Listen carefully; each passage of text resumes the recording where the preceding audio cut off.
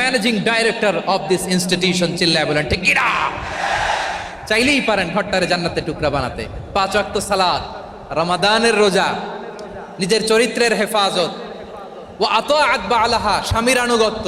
এটাতে অনেকে ভুল করে থাকে। হায় রে আমার বোনেরা, স্বামীর আনুগত্যকে এটা নিজের অপমান মনে করবেন না। আপনার স্বামী আপনার সবচেয়ে বড় গার্ডিয়ান, তিনি আপনার সবচেয়ে ভালো চায়।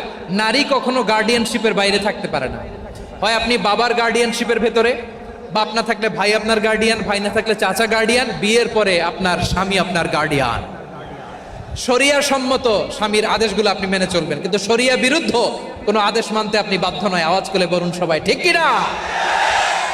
এই 4টা কাজ যদি কোনো নারী করে, বিষ্ণুই বলেন জান্নাতের 8টা দরজা খোলা, তোমার যেটা দিয়ে মনে চায় সেটা দিয়ে জান্নাতে তুমি এন্ট্রি নিতে পারবা। আমরা এখানে লালমনিরহাটের সোহরাওয়ার্দী ময়দানে আজকে যেমন একত্রিত হতে পারলাম, আল্লাহর জান্নাতেও যেন একত্রিত হতে পারে। আল্লাহ তুমি তৌফিক দান করো। আল্লাহ আমার এই কলিজার টুকরা যুবক ভাইদেরকে তুমি ওমরে ফারুকের মতো কবুল করো। জেলা স্টেডিয়ামে অবস্থানরত আমার মা বোনদেরকে তুমি ফাতেমার মতো, খাদিজার মতো কবুল করো। আমাদের কলিজার টুকরা সন্তানদেরকে তুমি সালাউদ্দিন আল আইয়ুবীর মতো কবুল করো।